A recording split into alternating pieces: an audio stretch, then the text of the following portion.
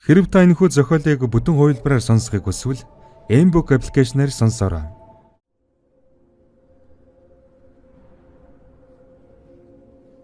Зохиолыг хүчсэн З. Оюунбат. Дуу оруулсан Б. Ориглволд. Энхэ эмлэгцэрсэн байна. Түүний судсанд тусал залгаж, совилогч туслын шингэн рүү ямар нэг тариа тарьж байв. Орных нь хажууд найз залуу нь сагсан бололтой суугаагаар унтсан байв. Энхэ намуухан хоолойгоор "Бэлгүүнээ би сэрчглээ. Юу болсон бэ?" гэв. Бэлгүүнээ сэрж түүнийг тэврэн авав. Өчиг гинтгэн хашгираад ухаан алдад унчихсан. Тайзны артлын хоосон эсрэг рүү ямар нэг зүйл рүү хуруугараа цаагаад байсан. Ашгүй чимийн зүгээр байна гэв. Би гинтгэн хий марсан гэж инхэ хэлээд гинэд чингүүнийг үнсэн саарал хөхөлбөр царайг санахаас айх шиг болов. Совилогч тэр хоёрын яриан дундуур орж "За, өвчтөн одоо ухаан орсон тул энэ залуу явж болно. Бид нар эмчилгээг хийж энэ босхийг тайван байлгах хэрэгтэй" гэв. Бэлгүүн совилогчийн үгэнд орж босож явахаар завдлаа. Инхэ сандарч "Эмчээ, манай найз залуу энд үлдэж болохгүй юу? Би ганцаараа үлдэхээс айгаад байна" гэв. Совилогч "Зөвхөн гэр бүлийн хамааралтай хүн л үлдэж болно. Аав ээж, ах эгч дүү гэх мэт. Мөн эхнэр нөхөр. Бид хоёр жараач суугаагүй л дээ. Тэгвэл энэ залуу үлдэж болохгүй" гэлээ. Инхэ хичнээн авч үлдмээр байсан ч эмнэлгийн дотоод журманд захирэгдэн найз залууган үдэж явуулав. Тэр 6 уртаа өрөөнд ганцаархан байсан бөгөөд ор болгоныг тойруулж хөшиг татжээ. Совилогч удахгүй гарч явсан тул ханхай том өрөөнд ганцаараа үлджээ. Эмнэлгийн дотор чивчмээг өвлж гадаа гудамжинд хаан нэг машин явхан сонсогдно. Совилогч палатны гэрлийг унтраасан тул коридорын гэрэл өрөөнд доторхыг муухан гэрэлтүүлнэ. Инхэ нүдэн аниж унтахыг хичээсэн ч нойр нь хүрсэнгүй. Ягд ч юм чи удахгүй үхэн гэж чингүүний хэлсэн үг толгой дотор нь цөөрайцсаар байв. Тэр яагаад намайг үхэн гэж хэлсэн юм болоо? Яагаад тэр театрт байв? Үнэхээр тэнд байсан уу? Эсвэл миний төсөөллөө гэсэн бодлууд түүнийг зовоож байлаа. Гинтхэн цонх салхин хүчтэй савагдан онгойлоо. Үүнтэй зэрэгцсэн гаднаас тагтаа ч юм уу хэрэг ч юм уу ямар нэгэн том шувуу өрөөнд дотор нисч орж ирэв. Цонхны цаанаас хүчтэй жихүүн салхи хүлээж шувуу өрөөнд дотор далавчин тэр хилгэн эн тэрүүгээр ниснэ. Инхэ "Совилогчаа, эмчээ" хэмээн дуудсан ч бие сул байснаас олигтой чанга хоолой гарсангүй. Тиймээс хинч түүнийг сонссонгүй. Өрөөний дотор хүйтэн болж ямар нэгэн шувуу тасралтгүй нисээд байгаа нь сэтгэл тавгүй дүүлнэ. Тиймээс инхэ босож цонхыг хаахаар шийдэв. Туслын зүг салгахад шингэн ягаан цус шууган даган урслаа. Тэр бушуухан шиг сандал дээр байсан цамцаараа дарж орноос өндийхэд толгой нь эргэх шиг болов. Цонх руу дөхөж хаах гэтэл дээгүүр эргэлдэн нисэж байсан юун мэдэгдэхгүй шувуу муухай ганган дуугарч толгой руу дайрч тоншихыг оролдов. Энхэ шувууг холдуулахыг хичээн гараараа савчин бархирч гарав. Гэсэн ч шувуу дайрхан зогссонгүй. Түүний дагцыг хэд тоншиж далавчаараа алгад нь нүрийг нь хумсаран ганц нэг урж байв. Бөсгөн хашгирах чимээнээр совилогч гүйжрэн палатны гэрлийг асаажээ. Инхэ нүдэ нээлээ. Сон хонгорхой хэвээр харин түүний хөлний өмнө үхсэн хэрэг хэвдэж байв. Саяхан л өрөөн дотор хаа сайгүй нисэж байсан тэр шувуу одоо бол үхэд нэлээд удчихсан гэмээр өд сүдэн зулгарч нүд нь ширгэж далавчны зарим хэсгэрийн ясан цухуйсан харагдана. Мөн өгсөн шувууны сэгний өмхийн үнэр өрөөнд нэвт үнэртэж байлаа. Совилагч гайхсан байдалтай "Чи яагаад цон хонгойлгосон юм? Цон хонгойлгож болохгүй. Мөн юун өгсөн шувуу оруулаад ирсэн юм бэ?" гэв. Инхээ сандарч түгдрэн "Би онгойлгоогүй, өөрөө л онгойсон. Энэ шувуу түрүүхэн амьд байсан да. Над руу дайрсан" гэж совилагчд хэлв. Совилагч түүн рүү нэлээн гайхширсан, эргэлзсэн царайтай харж байснаа "Та орондоо ор" гэж дэмнэн хэвтүүлээд цонхыг хаав. Тэр тасгийн эргэлэгчдэн ямар нэгэн чухал зүйл хэлэхээр яарвчлан очжээ.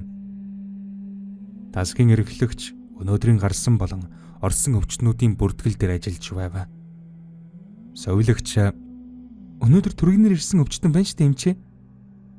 За юу болсон? Тэр бүсгүй хөөрхий ухаан санаа нь хэвэн бас юм байна. Хөнгөн зэргийн шизофрентэй бололтой. Өгсөн шувуу гаднаас оруулаад ирчихсэн над руу дайрсан гэж ярьж байна. Би тэр эмэгтэйгээс айгаад байна" гэв. Тасгийн эргэлэгч өгдөөгүй сонсож байсан. "За би одоохон сэтгцэн эрүүл мэндийн үндэсний төв рүү яриад байгаа. Дээрээ өвчтөн аваад явах бах. Чи харин арга гарынхнийх нь утсыг олж байна" гэв. Сэтгэц мэдрэлийн үндэсний төвөөс ирсэн эмч ээлжийн совилагчтай цуг инхийг нь хажуудсан тестийн асуултууд асууж байв.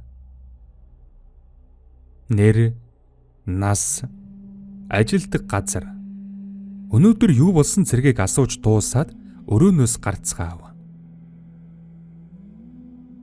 Дуудлагаар ирсэн эмч совилагчд хандан асуултуудад хариулсан байдал ажил мэргэжлийг нь харж үзвэл сэтгцийн хувьд асуудалгүй хүн шиг байх юм. Театр тухайн алдаж унснаас болж тарих жаахан хэвийн бус ажиллаж хий марсан байх магадaltaй. Эдгээр шалтгаанууд болмоос манайх авчиж чадахгүй. Тэгээд ч хөнгөн зэргийн өвчтний тасгийн хувьд ачаалалтай. Сул ор байхгүй гэж хэлээд эмнэлгээс гарч явжээ.